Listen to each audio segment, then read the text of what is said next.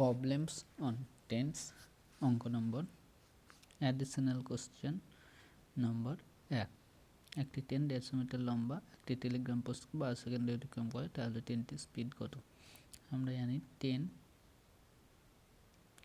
যখনই কোনো টেলিগ্রাম পোস্টকে অতিক্রম করে তখন ট্রেন তার নিজের দৈর্ঘ্যকে অতিক্রম করে, তাই তো?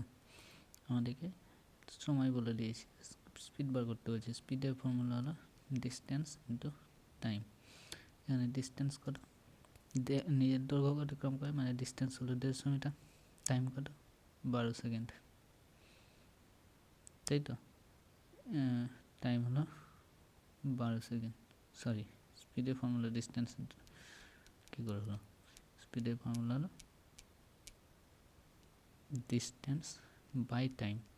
ডিস্টেন্স হলো 150, টাইম হলো 12, এটা হলো মিটার প্রতি সেকেন্ড, চাইছে কিলোমিটার প্রতি ঘন্টায়, তাই তো? তাহলে কিলোমিটার প্রতি ঘন্টা করতে গেলে কত করতে হবে? 18/5 দিয়ে গুণ। 6 × 12, 3 × 18, 5 × 5, 3 × 5 = 15, 2 × 2 = 15, 30, তাহলে 3 × 15 = 45 কিলোমিটার প্রতি ঘন্টা। তাহলে অ্যান্সার হলো D-এর দাগ। এরকম অঙ্ক অনেক করেছি, তাই বেশি বুঝলাম না। হ্যাঁ, তাহলে একটা অ্যান্সার হলো D-এর দাগ।